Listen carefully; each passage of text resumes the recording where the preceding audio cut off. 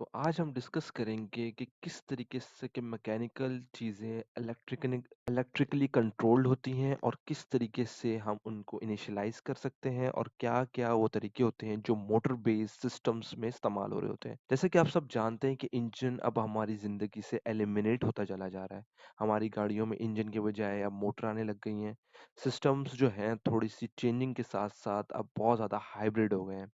यानी कि अब इलेक्ट्रिकल चीज़ों का बहुत ज़्यादा जो है इस्तेमाल होना शुरू हो गया है। पहले की गाड़ियों की निस्बत अब की गाड़ियों के अंदर मोटर्स का इस्तेमाल जो है हमारी जो वेस्ट एनर्जी को जो है कम से कम कर देता है। यानी कि अब हम जो है गाड़ी के अंदर सिर्फ़ मोटर्स इस्तेमाल करते हैं, इलेक्ट्रिकल सिस्टम और बैटरीज़ इस्तेमाल करने लग गए हैं।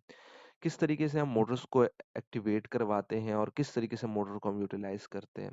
असल में मोटर्स को जब भी हम कन्वर्टेबल अगर गाड़ी की बात करें, तो कन्वर्टेबल गाड़ी के अंदर मोटर जब भी हम एक्चुएट करवाएँगे तो उस एक्चुएटर के जो यूनिट है उसको हम लूज़ कर देंगे और उसके बाद जितनी भी उसकी कंपोनेंट्स होंगे उसको ऑपरेट करवाएँगे।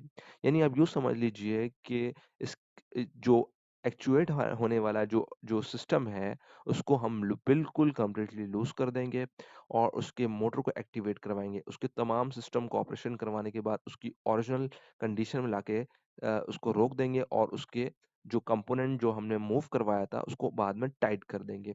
ये चीज़ हर जगह एप्लीकेबल हो सकती है, जो चीज़ें मोटर बेस्ड सिस्टम गाड़ियों में काम कर रही हैं। कोई एक्चुएटर हो सकता है, जैसे कि नॉर्मली अगर हम देखें मूनरूफ ग्लास की मिसाल है कि वो इलेक्ट्रॉनिकली मोटर बेस्ड सिस्टम पर ऑपरेट हो रहा होता है। उसको इनिशियलाइज़ भी किया जा सकता है या रीलर्निंग किया जाता है।